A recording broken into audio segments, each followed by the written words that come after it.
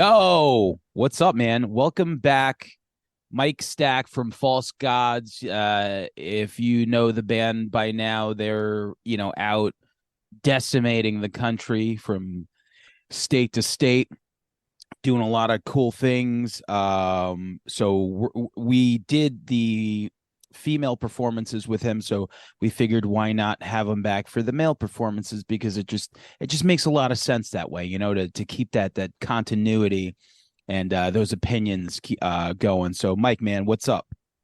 Yeah, it flows. It flows properly, definitely.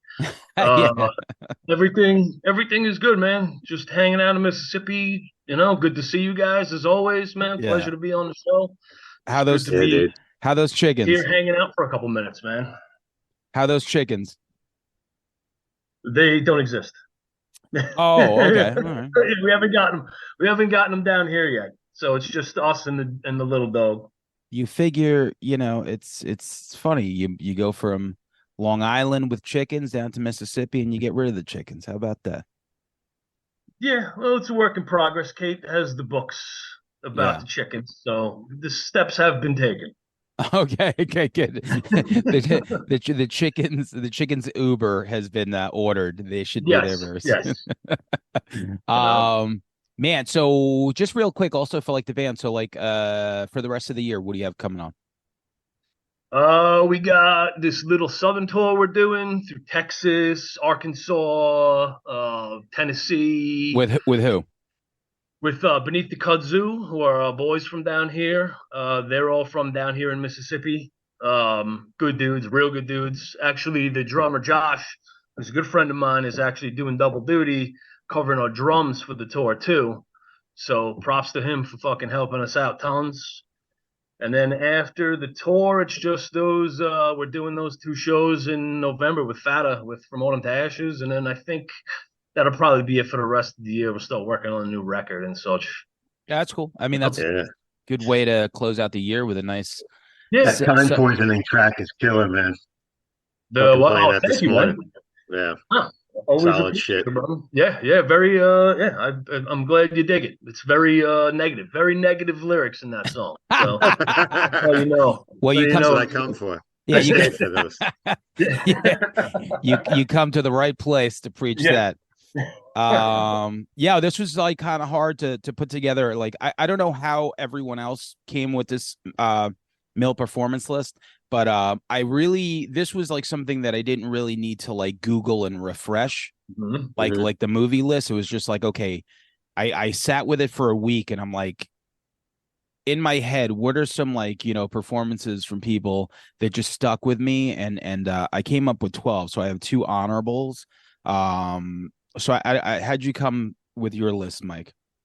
I kind of I didn't go for like the regular ones, Yeah. the Anthony Hopkins as Hannibal Lecter. Yeah, I yeah. kind of went for more unsung performances Yeah. in the movies, kind of like I did with the female performances. Yeah.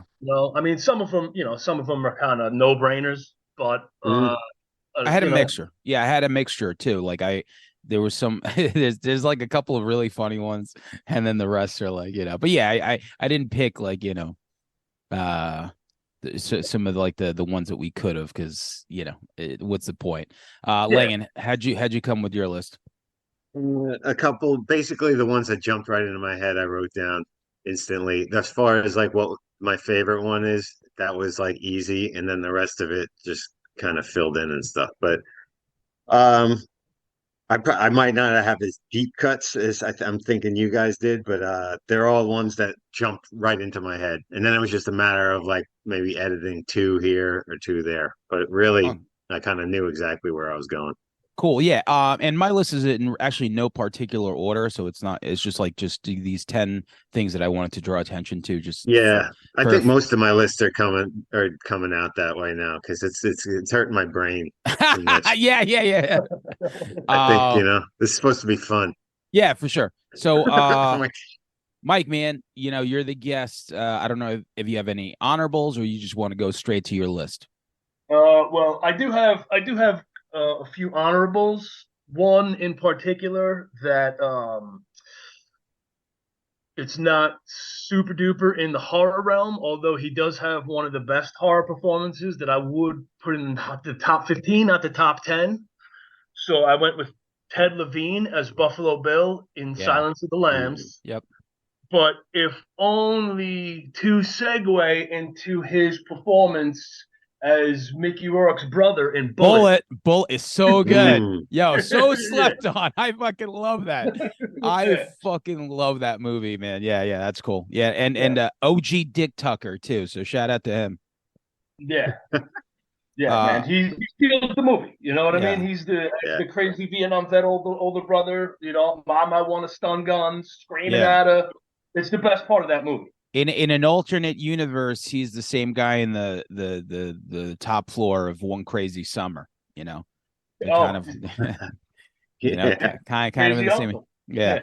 So, all right, let's start it off. Kick something off, Mike. Okay. Number 10 is kind of a no-brainer. I think we kind of touched upon this when we did the horror sequels thing a couple years ago. My number 10 is Clancy Brown in Pet Sematary 2. Yeah, that's a good one. Yeah, just completely off the charts, you know, performance up to 11 bonkers. Yeah. I love that guy, man. He seriously, from watching him in Bad Boys originally to everything that he's done. And even just recently with the Mortuary Collection, he was like the crypt keeper of that story. Yeah. I fucking love that guy. Yesterday, somebody's like, hey, did you see the new Pet Sematary? And I'm like, not to be that guy, but I'm okay with the first two. I don't need the remake. I don't need the fucking show. Or like, I don't like, I'm good. Like, I got these two. I'll just keep watching these over and over again. So, I haven't watched the second one of those in a long time. The second one, I gotta watch that. That's up on HBO right now. Oh yeah, awesome. I feel like my number Clancy Brown is the best thing about part 2. Yeah. No shade to Ed Furlong unless he wants, you know, in case he wants to do our show. But you know, if you're listening, you're listening. Yeah. All right. He's got a resistance to lead. That's true. All right, my number 10, I got Dwayne Jones, the original Night of the Living Dead. I like a guy. He's taking control of a situation, making smart decisions. Nothing to second guess. He's got a confidence about him. All the subtext. There's always a big debate about the subtext of that film, like where people are like, "Oh, you know, Romero was trying to say this or that," and then he's just like, "That guy was the best actor of the bunch." So, like, and then everybody reads his stuff into it. But he was the best actor of that crew. You know, everybody seemed very amateur around him and stuff. But you're right. Yeah, you're right. You know, the commanding presence on the screen. I think he kind of stayed clear of the genre pictures. I think he did something called Ganja and Hess, which is labeled as a horror film. I tried to watch some of it, but that shit was fucking some brutal 70s art film. Yeah. Fairly horror, but yeah, he was awesome in this shit. Cool. I got two honorables that I'm just gonna get out of the way. One is Kiefer Sutherland and Lost Boys. I loved him in that. Fuck know, he was you know, like I mean, granted, Max was the head vampire, but he wasn't, kind of like, you know, throughout the whole movie, Kiefer was like the guy. And it's you know, from there, that's why I followed him, you know, like once I saw him in Young Guns, when Doc died in part 2, severe shit right there. And I think it all stems from loving him and Lost Boys. And number 2 is a guy named Sonny Shields, who was in Friday the 13th for like, I don't know, 5 seconds. Where the first one? No, the 5th one. Okay. He is like that ugly guy that just showed up for no reason with that fucking like dirty wife beater on, and then he goes to like that that lady that's making the stew, and she's like, I'm just trying. Junior. Yeah, no, the other guy, the guy who just shows up.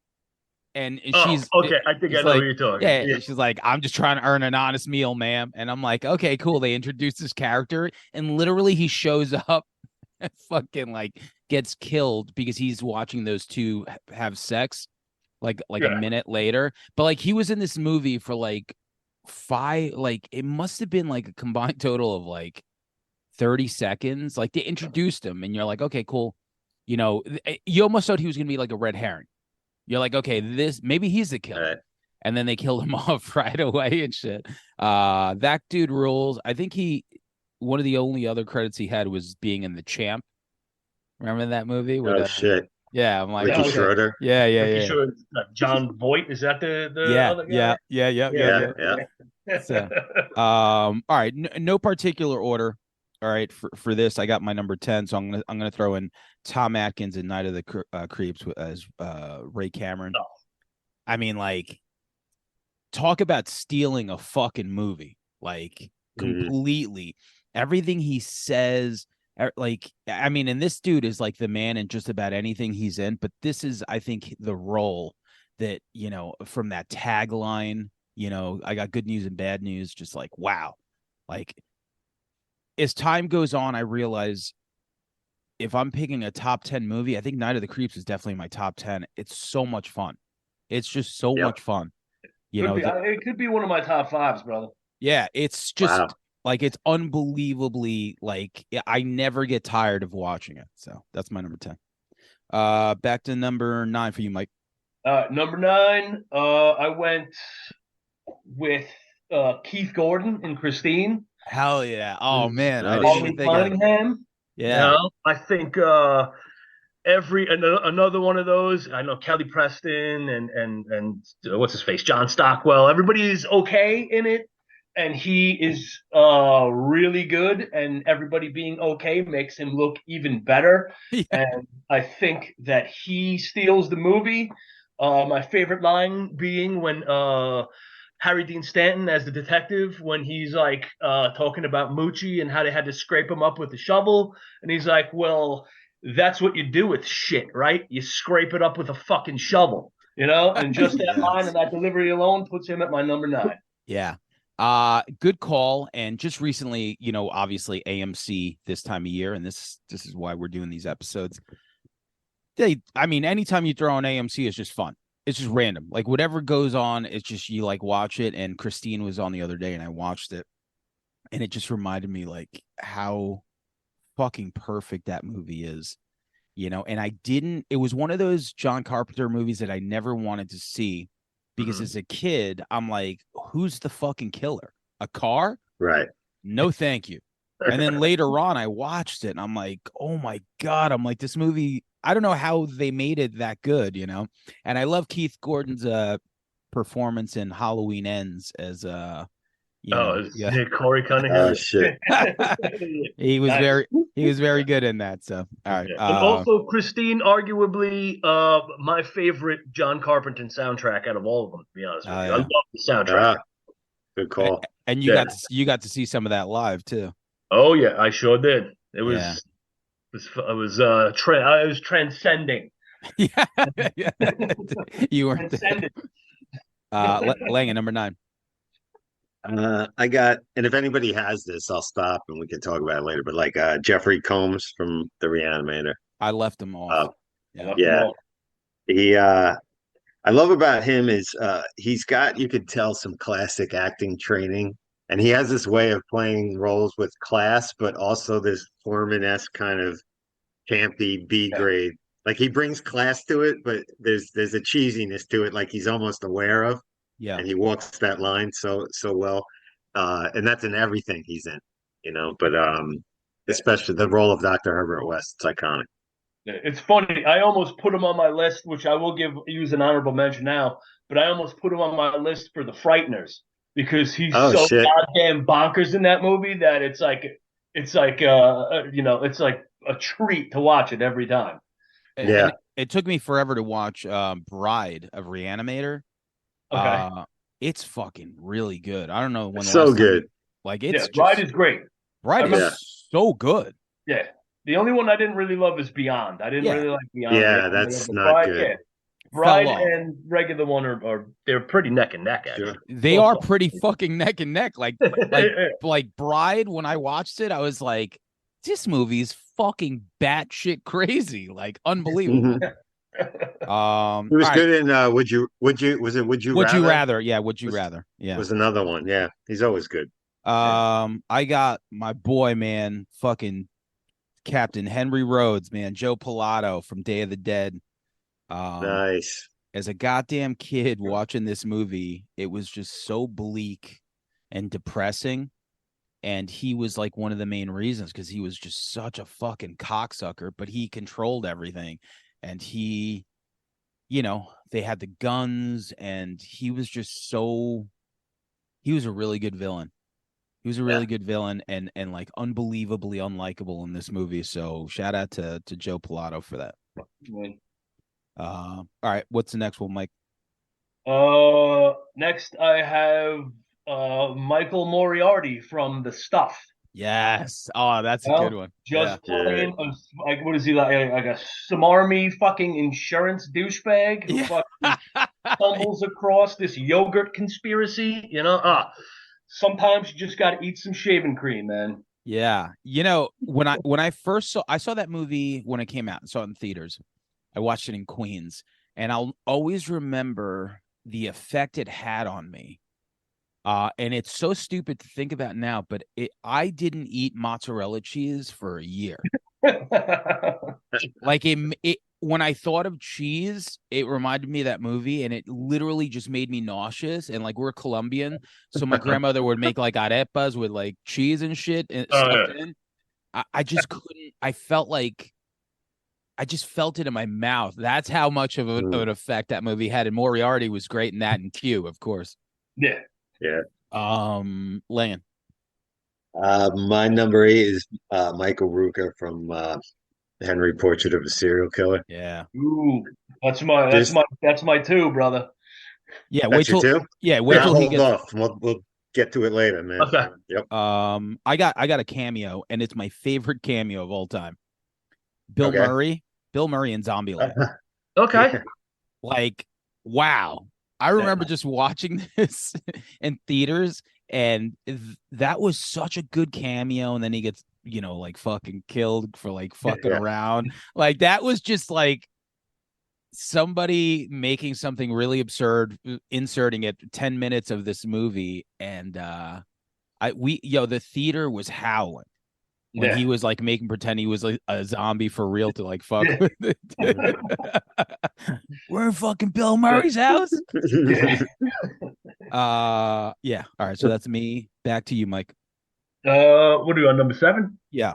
Number 7, I have a little more of a downer performance, but one of the best performances. I got Jeff Goldblum in The Fly.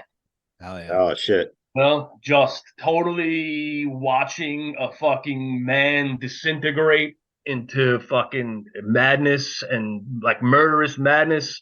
Pulls it off so fucking good. It's so sad.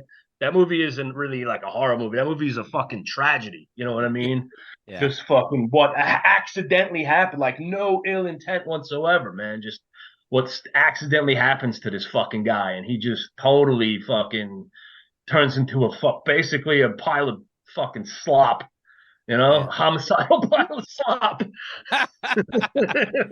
Yeah, but he's fucking great in it. He's Yo, great. as a kid, I'll never forget the arm wrestling. Oh yeah, Like you're in the fingernail, like that shit still holds up. Like you watch The Fly right now, and you're like, especially with like those practical effects, like it's still so fucking good. And I never saw the second one. I don't know if you guys have. the second one is okay. I never did. Eric Stoltz. Yeah, And it's not bad. It has its moments. It's not great. It has its moments. Daphne Zuniga when she ruled the world. Oh, Oh yeah. shit. Yeah, right. Yeah, post Spaceballs. Yeah. Yeah. She's like, I'll do The Fly too. It's just funny because watching The Fly as a 45-year-old, speaking that part with the arm wrestling, is him carrying that girl fucking up how many flights of stairs, man. I can't even watch it without getting out of breath. You know? Oh God, man. How does it this is the fucking real fucking feat. Yeah. At 45, I feel you. So 7, Langan 7. My 7, I went back and forth with this guy, same actor. Bill Moseley. His performance as Chop Top, Yeah. but I went with his performance as Otis. Uh, from Devil's Rejects, though, primarily. That's Rob Zombie's finest moment, probably that'll ever happen. That film, I think it's House of a Thousand Corpses is fun, but it's I don't know, it's a little Yeah, fucking disjointed and shit like that. But Devil's Rejects was narrowed right in, and Mosley was so great because I mean it's one of those great roles where he's got a million great fucking one-liners and shit to deliver, and Mosley's got a delivery that that's just very unique, and he allowed to be over the top like a Chop Top and stuff in times, but much darker character. Otis was like he could be humorous and turn on a dime, and Bill Mosley's just one of the greatest genre actors we've ever had and stuff. But that's my favorite. yeah, he looked like an ass beater in that movie. You see him, Yeah. and you're like, and in real life, he's not really like that. He's just like, I feel like my No. sister could beat him up. Yeah. Yeah, great, but- great. But like House of a Thousand Corpses, like visually, super Yeah. stunning. Like everything Sure. going on was cool. But yeah, Rejects was the one. I just had this conversation yesterday. I was talking to somebody at a show, and she was younger, and she actually told me exactly what I knew. I was talking about Halloween. She's like, you know what? I started watching that. It's a real snooze fest. I got a half hour in. I'm like, you know what? I completely understand for a young kid to fucking watch this movie. You're probably like, what is going on here? Sure. And I'm like, yeah. And then she's like, I like House of a Thousand Corpses. And I'm like, yeah, you're fucking younger. And that movie, Right. I completely get it. So yeah. He's really good now. I got 7 childhood for me. So Omen 2. I like the first Omen. I love the final conflict with Sam Neill, but like Omen 2 was like the movie that I remember the most. Came out the year I was born. I guess we were born. And Damien in that movie, was like, I'm like, I wanted to be that guy. I don't know. As a kid, I'm watching it, and when he had they found the 666 on his head, I was like, holy shit. I'm like, that's so cool. Like I wanted 2 things out of life. I wanted that 666 in my head after watching that, and I would always put a Christopher Reeve Superman curl right in front of my I would do my hair before I would go to middle school. Or no, actually probably that was a bold curl. His curl. But he would just it was just perfect curl right there. And right before I would jump on the bus, I would do that one little slice curl there. But this Waldo and Hot for Teacher. Yeah. Yes. Yeah. That might have been inspired by. But yeah, man, this kid ruled, and one of the only other credits he had, which I love, was Bugsy Malone. Do you remember that movie? Okay. Oh, I don't fuck remember. yeah. Really? Omen 2, I haven't That movie's seen the shit. long. Bugsy Malone, I don't remember at all. I don't think. Bugsy Malone was like Scott Baio. They were like kids. Jodie it was Foster. It was okay. The splurge guns. Boom, boom, boom. They were doing pie and face. I've never seen it. Yeah. Remember that? That's truly one of the most unique movies fucking ever made, Bugsy Malone. Yeah. It was made by what's his face that did he did a lot of horror films. Who directed that? I'm gonna look it up. I'm gonna ask Jamie who directed that. Young Jamie. But yeah, they were killing people with pies to the face. Oh. Yeah. The splurge gun. Which I thought was very funny. So 1976 overview. Who directed that? Oh, maybe I'm wrong. Maybe I'm wrong. Alan Parker. I don't know that. Alan Parker. Alan Parker is the guy who directed Midnight Express and okay. And Pink Floyd, The Wall. Yes. And, Angel Heart, Mississippi Burning. Yes. Oh wow. Okay. Yeah. Yes. All right. So yeah. Yeah. Wow, he did all right. Cool. The kid did all right. All right. Let's get to 6. Number 6 is James Karen as Frank in Return of the Living Dead. Hell yeah. Who probably makes the best phone call in history of, hey, Bert, We got a little problem. Yo, it's so good. I fucking love that scene because he's just like wiping his hair. He's like relaxing. He's like, oh, it's so good. I love it. Yeah. We're gonna call the boss. Yeah. Yeah. If you know, you know. If you know, you know. It's one of the funniest fucking performances I've ever seen. It's great. It fucking in the one of my favorite movies. It's probably the scene stealing performance of the whole movie. It's great. My favorite, like, as I watch it, like, I always get ready for like when fucking like, you know, Bert is like in the corner and he's telling them to like open up the, you know, the freezer because the body's there, and he's like setting everyone up. And he's just hanging out in the back. And as soon as they open up that fucking freezer, that body goes directly towards him. And I just think that's like the funniest shit.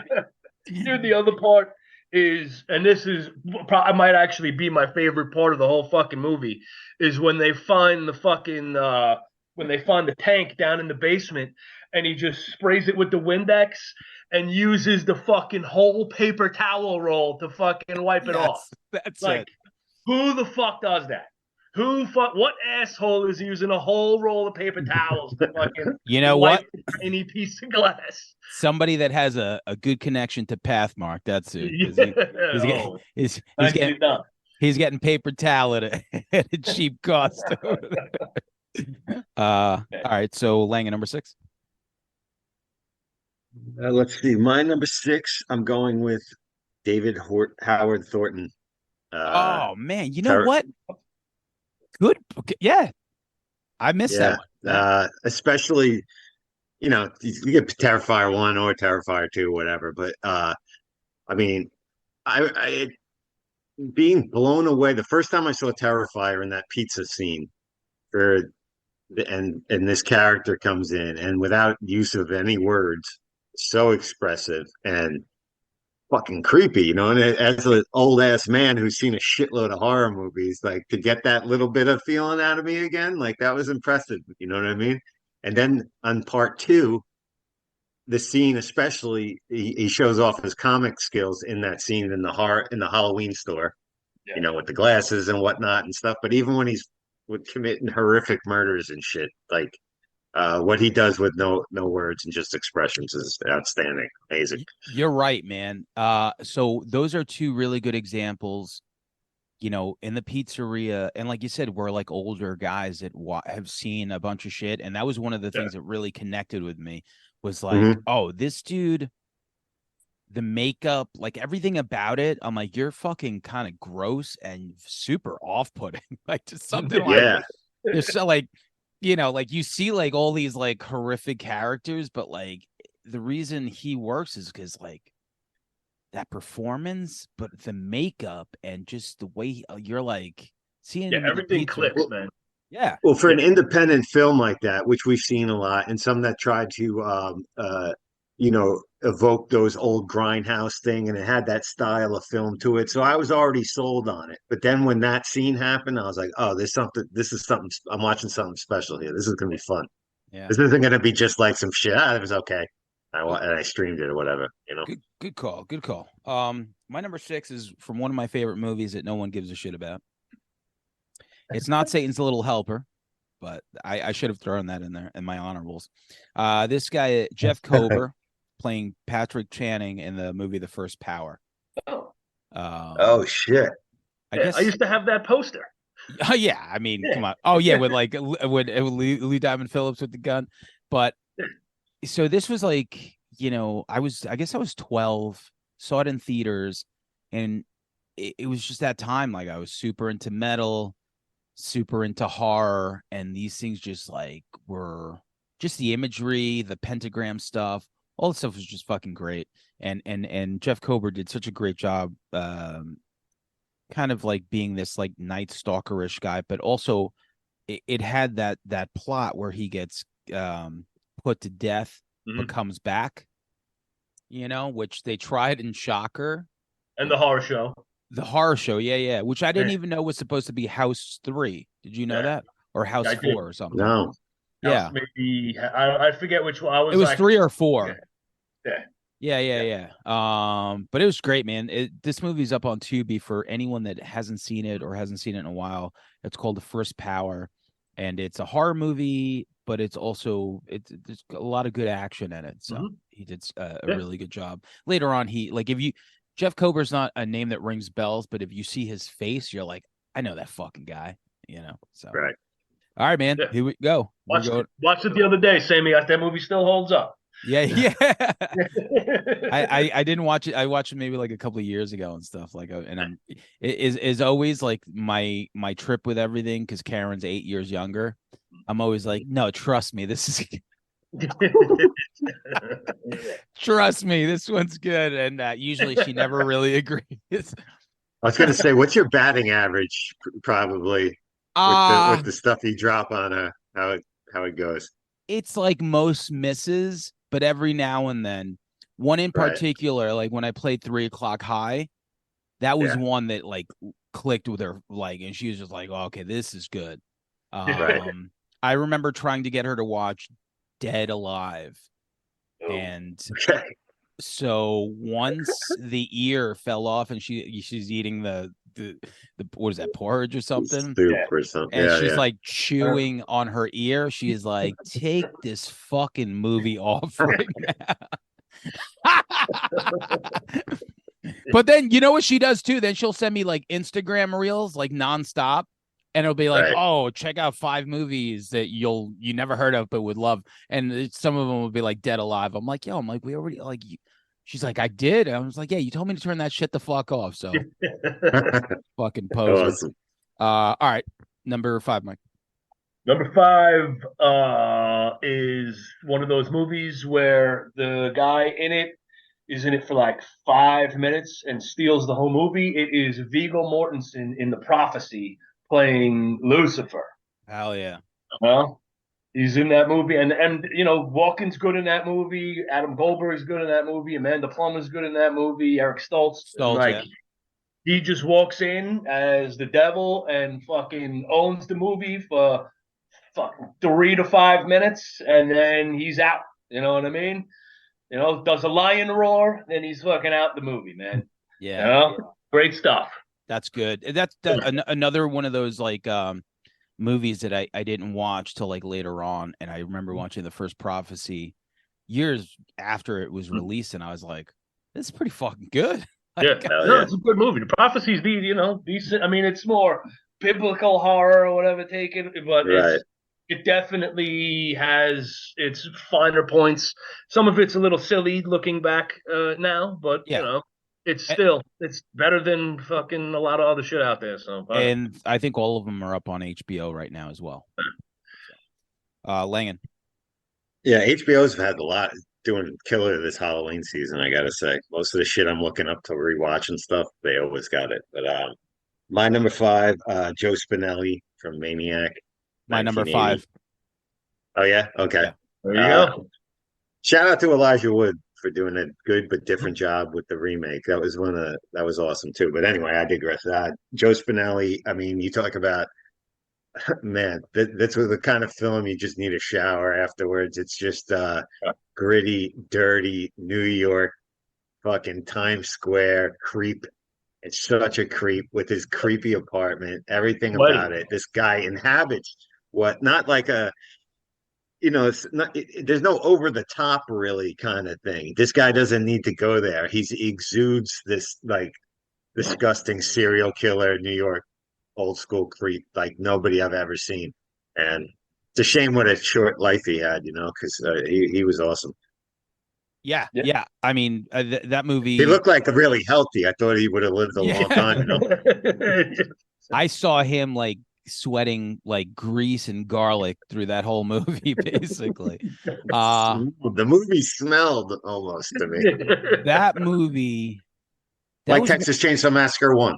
Sorry. Yeah. But that was one of those movies that really, I always mention, man, I'm like, you could watch Friday the 13th, like the big 4 of horror, but then you get to like a movie like Maniac and you're like, whoa, like who the fuck made this? Yeah. Because that was like a little extra. And the scene where he shoots fucking like Tom Savini's head off. Uh, Like I wasn't used to I'm like, whoa, like that's like There's it was fucking chunks fucking 14 miles fucking Yeah. away from that fucking. but it was the big difference between films maybe back like that would show the guy jump on the hood, pull the gun, you'd hear the shot, girl screams. No, we're gonna like, keep the camera here. This is exactly what this fucking head's gonna look like, a goddamn watermelon. You're gonna watch it right here. Yeah. So that was like, I remember renting movies with my cousins, right? So, we were all roughly around the same age, and we would always like rent Gorgon videos or like anything that was disgusting with a big box. And it was like this dare to see who could like not turn away. And sometimes we would watch it, with it like not even staring at the screen. But like, yeah, that was just one of those movies that was a little extra. Yeah, so that poster and box was classic too. I mean, that's one of the top 10 fucking movie posters, I think. Yeah. Absolutely. Yeah. That's raw. Fucking raw as fuck, man. The epitome. Yep. All right. So that was my number 5 too. So let's get to number 4, Mike. Number 4, I got this is a good one. I got Billy Zane in Demon Knight. Yes. Oh, that's a good one. Yeah. Yeah.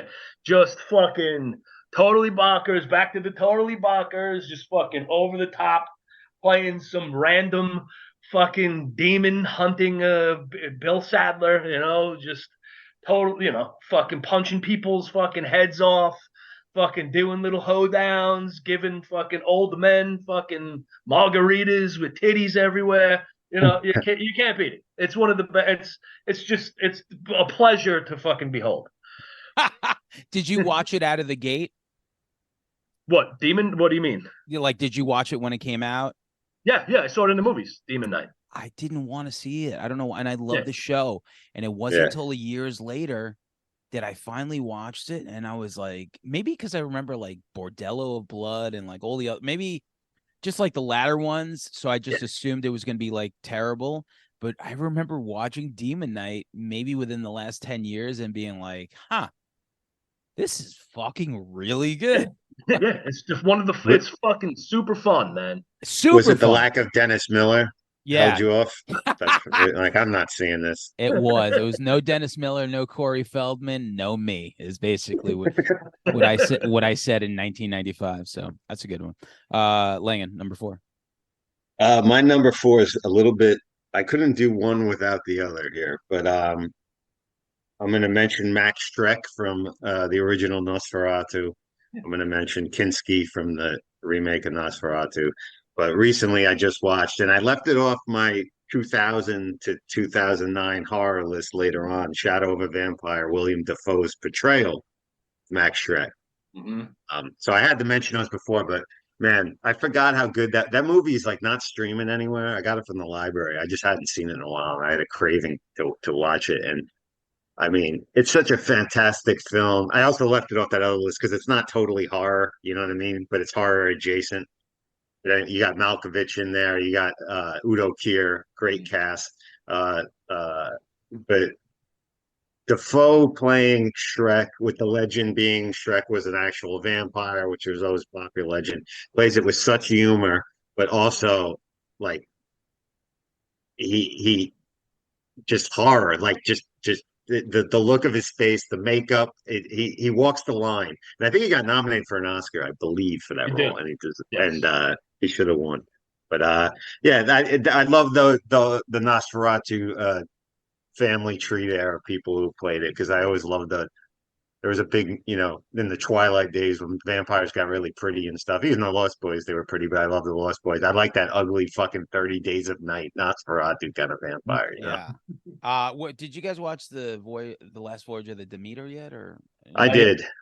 I saw it. It's not great. I was excited because we've heard the Dracula story a lot, and I'm like, here's focusing on a little part of the story, and what happens or something there. But yeah, the CGI was okay. CGI wasn't great.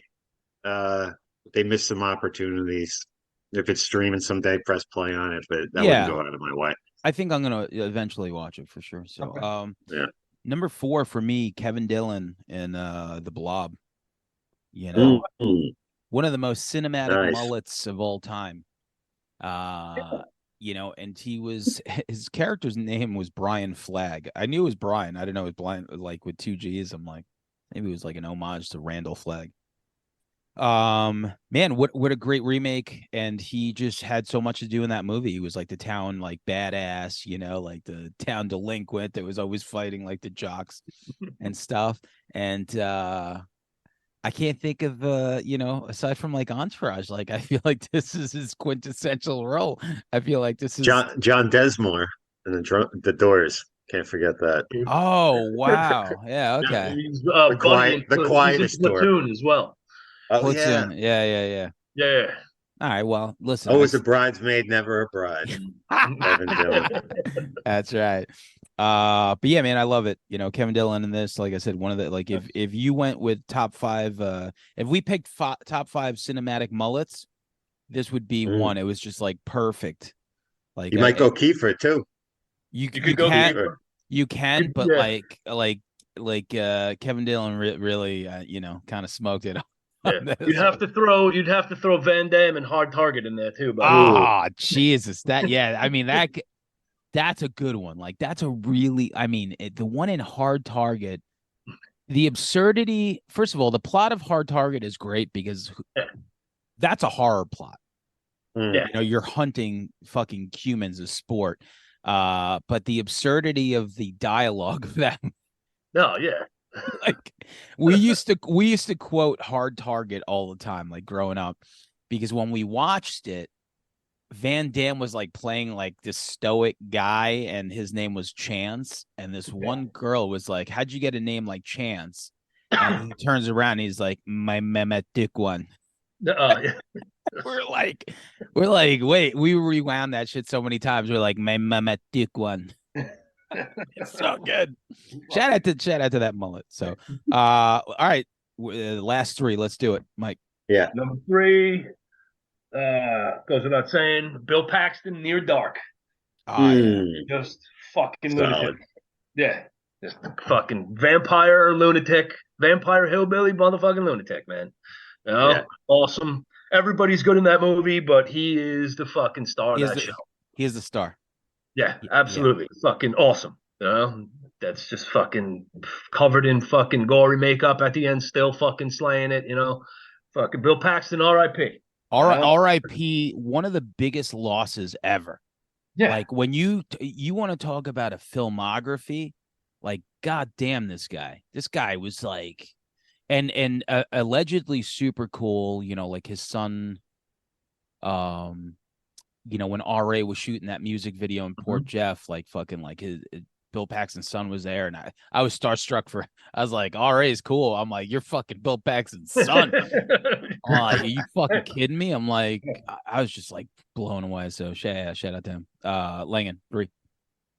An obvious one, but I had to pick it. Jack Nicholson from The Shining. I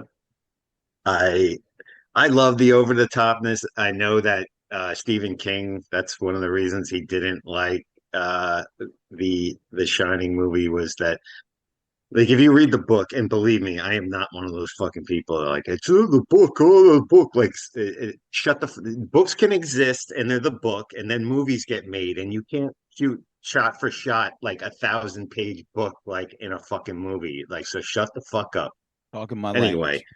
So at the beginning of the Shining movie, Nicholson's like already insane almost, and then in the book, it's a very slow to come to that. You know what I mean? But I loved it, and it got me hooked from the first time I saw it as a kid. It just, I mean, does anybody do a better disturbed fucking look in their eye than that guy? He like wrote the book in it on here, and it's an infamous role. Yeah, I just want to say, what's better than a slow book? I mean, not many things, right? Well, I guess he wanted to show, like, let me show this guy slowly going crazy from a normal guy, but you don't got, it's 2 hours, By page 300, we might make him crack. Oh Christ, couldn't even imagine. All right, my number 3 is super obvious to my interest, but I'm gonna go with Sam Loomis in Halloween 4. Because I feel like by Halloween 4, he was really I think he leaned into it more. I think he's like, all right, you know what? We got rid of the silver shamrock. I'm back, baby. I'm back. I got egg on my face. I'm ready to roll. Yeah, it went from a job to a career. Yeah. Pretty much. He's like, I'm fucking in till at least 95 on this. So let's go. He's there, and he's doing a great routine, man. He was a little over the top in 5, so I went with 4, where I feel like he was just more of himself. I will always love just that scene where the preacher picks him up and they have that absurd conversation. And he's like, "Oh, you're a pilgrim, aren't you?" Oh, yeah. It's just like, if I would have just taken 5 more minutes of that scene, like somewhere, like that scene could have been 10 minutes long, because it was just so good. I don't know. Sam Loomis, Halloween 4, and I will be watching that soon. I know Nighthawk is doing I'm pretty sure a double feature, or 4 and 5. And as much as people might not like those sequels or maybe hate 5, I think it's fun. It would be fun to watch those 2 in a row, because that's the way they were meant to be seen. And 4, it's just great, like super Halloweenish. The scene in the house, when he gets in there, and it's just so slow and dark. The way I don't know. I love it, man. There's a lot I like about it. Just the Jamie thing, that character, that whole timeline. Yeah, I can't. I hate it. Yeah. I fucking hate it. The masks, man. Oh, the mask. Yeah. They're awful. Like, I feel I could have got a better one at the fucking dollar store. Like, come on, man. Five is ridiculous. The mask in 5 is ridiculous. Agreed. Right. So I feel like with every sequel that comes out, I reevaluate, and aside from 5's masks, it still had some great stuff. Like, it had the laundry chute. It had some really good elements. But yeah, the mask, the stuttering kid, and fucking the cops. I'll never understand the cops. The fucking like the kids in the hall fucking sketch. Yeah, it's like vaudeville. It's like a vaudeville fucking thing. I was watching a documentary on the film, and they were like, we were super confused by that part. But they were like, all right, I guess, whatever. But seriously, what, that is the most absurd part. You take that part out, because it's like, why are these? What's with the comedy routine? Yeah, bumbling fucking cops. Why? Yeah. That's insane. So it's what you wonder, when on the set, the director, the writer, whatever, whoever decides to take that decision, and most people are probably like, "What the fuck?" But is everyone scared to say something to the boss? What? There's got to be something. They got to be talking to each other, "Yo, what the fuck is this guy doing?" I want horn sounds. I want this to be funny, and everyone's like, I don't know. No one's ever had humor in a horror movie before. we can get 2 markets. People working. It's Friday. I want to just. All right, fine. Give him his fucking horns. Yeah, so, I'll be honest with you. I hate the mask more. I hate the mask more than the fucking comedy. Yeah. Yeah. It just, because his neck sticks out in 5. It just it's weird. It's neck sticks out. It doesn't look like William Shatner. It looks like fucking like a turkey head or something. It's fucking ridiculous. It's fucking nuts. I don't know. Whatever. I digress. It's a forgivable slasher film, but it's got a couple things wrong with it. Let's just put it that way. Absolutely. So that was my 3. So we're on your 2. All right, Langan, let's do it. Fucking Michael Rooker, Henry, Portrait of a Serial Killer. After you, man. Cold as ice. Fucking, oh God, it's like watching when I first saw that movie in the mid to late 90s, and I wasn't super duper familiar with Michael Rooker, and I was like, that is a serial killer. That is what the fucking serial killer looks like. That's what he acts like. That is as detached as he is from fucking humanity. Dude, he is home run. Fucking home run for fucking Michael Rooker in that movie, man. Just fucking, if I saw that, if I fucking met that guy in the 90s, I'd be like, somebody fucking get the cops here immediately because he's going to fucking videotape my family being murdered. Yeah, that movie was extra. Yeah. That movie was like, I remember watching that. Even the cover, like, you see the cover, and you're like, what is this? It looks like a snapshot of like they did such a good job with capturing that. Yeah. And it's funny to like watch him, like, in Mallrats a couple of years later, and you're like, all right, he's not so bad. Or Cliffhanger. Shout out to Cliffhanger. It is one of those roles, like the hitchhiker in the Texas Chainsaw Massacre one. Like, I'd have to know, like, is this? I need to know if this guy is an actor. I need to like see that this isn't like how he is all the time. I need to know. Yeah. This guy, don't invite this motherfucker over my house to fight, Sam, please. And in all reality, he would kill Henry Lee Lucas. Yeah. Like, he would flick him off, like, just not even like when you actually saw the real one, you're like, oh yeah, this guy beat this guy. Anything to add to that, Langdon? No, nailed it. All right, number 2. I got Christian Bale, American Psycho. This is I watched it or listened to an episode of Unspooled.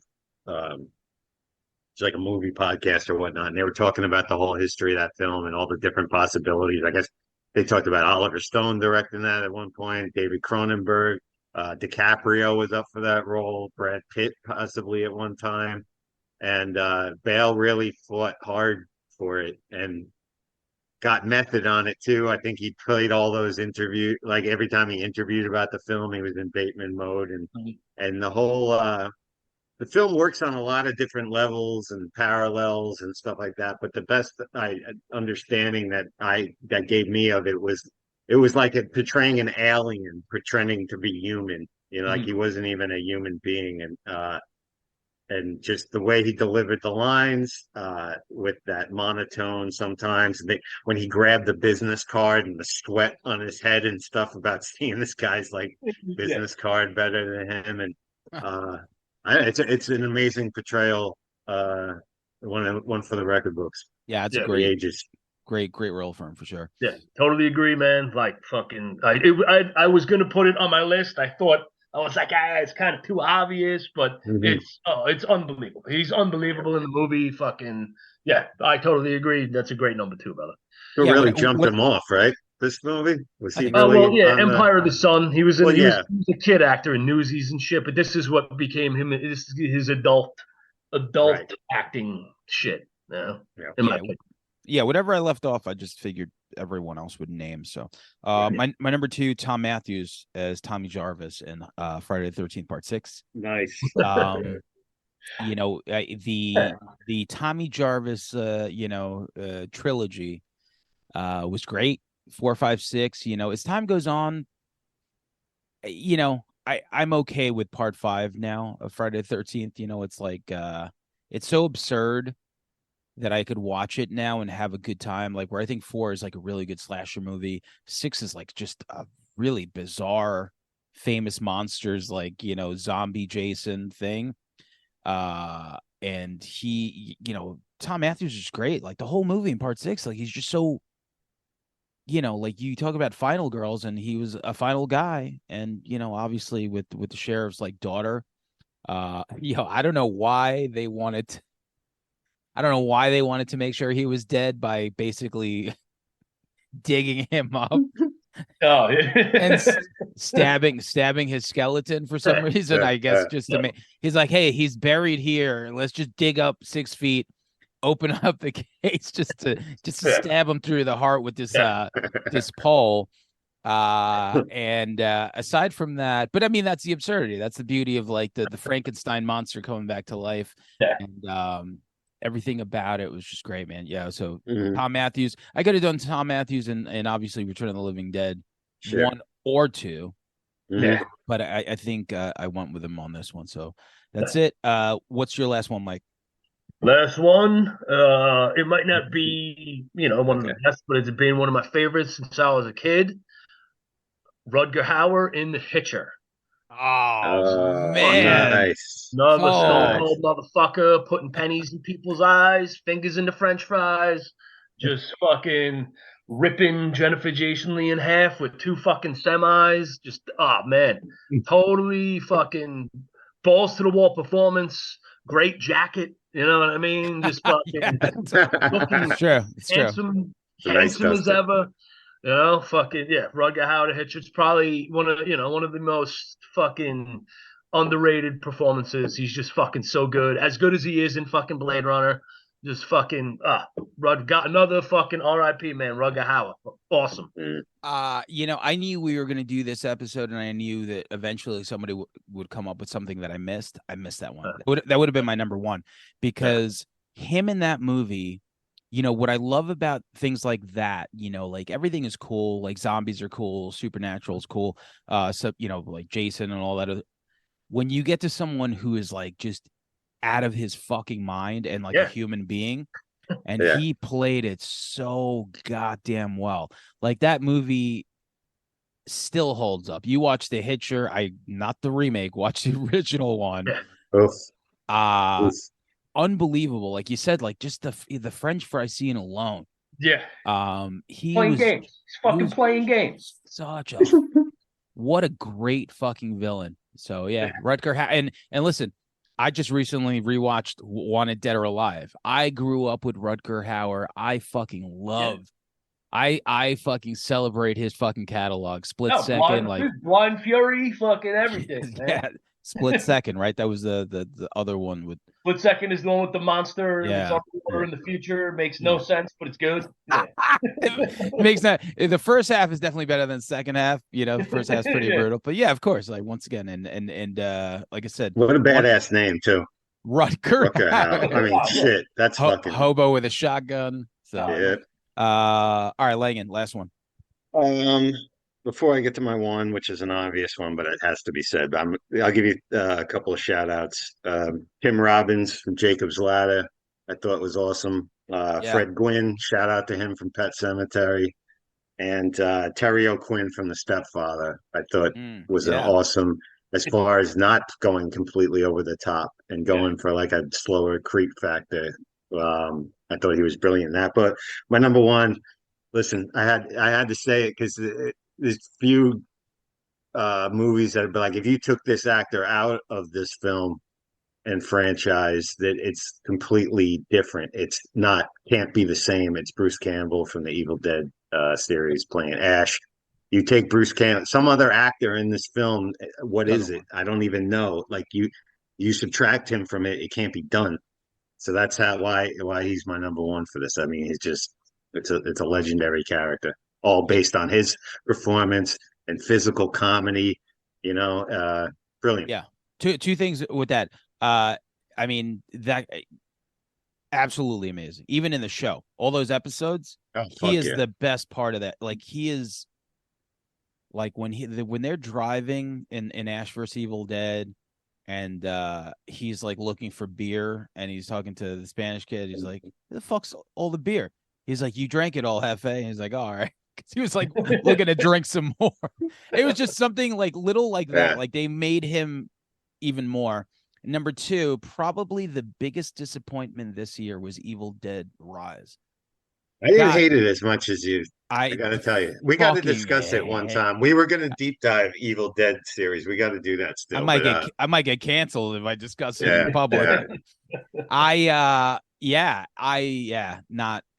I maybe because I was like, oh, this is gonna be the best movie of the year by far. Right. And I watched it and I was like, that was not the best movie of the year by far. But Yes. we'll get back to that. So before you talked about Stepfather, the director Jeff Burr died. He did Texas Chainsaw Massacre 3, Stepfather 2, a bunch of other horror movies, and also Anthony Hickox, man. Like I was thinking of Zach Galligan and Waxwork for like a male performance. But I'm like, I'll just like leave him off. He already had Gremlins. He doesn't need my priz. But yeah, our lost episode with Anthony Hickox never saw the light of day, but it was a great conversation.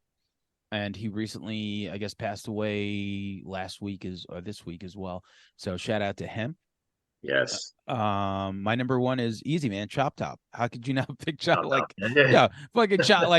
Like aside from the hitchhiker who just didn't really have that big of a role in the first one, or it wasn't that over the top, fucking Chop Top was fucking terrifying. Like he Yeah. was, because you look at him and his teeth, like he was almost like art before art. You know, like if art spoke, like he was just all, like you looked at him and then just the plate on the head, he was constantly doing that fucking like beginning, you know, the EXIT, like him fucking like hammering fucking RTR, I forgot the guy, LS or something, like the guy that Stretch worked with, like he was just hammering his fucking head. Yeah. And I'm watching that at like 8 years old, like, wow, because I think it was one of those first times that you know, with everything else that you see, like the death in those movies were quick. It was like, oh, decapitated. You're like, whoa, this was just like, he just keeps hammering his head. LG. LG.